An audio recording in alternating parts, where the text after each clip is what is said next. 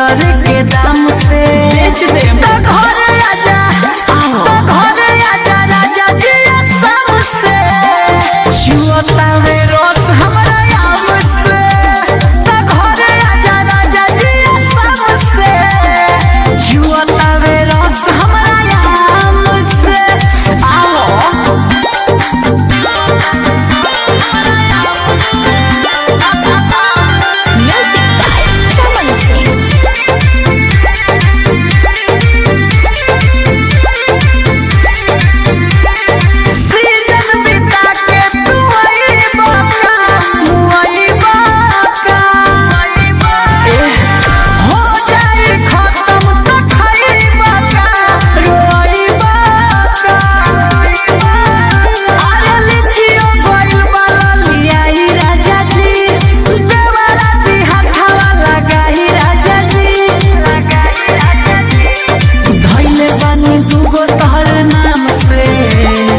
खई हो आराम से भरे आजा राजा जी सब से छुअता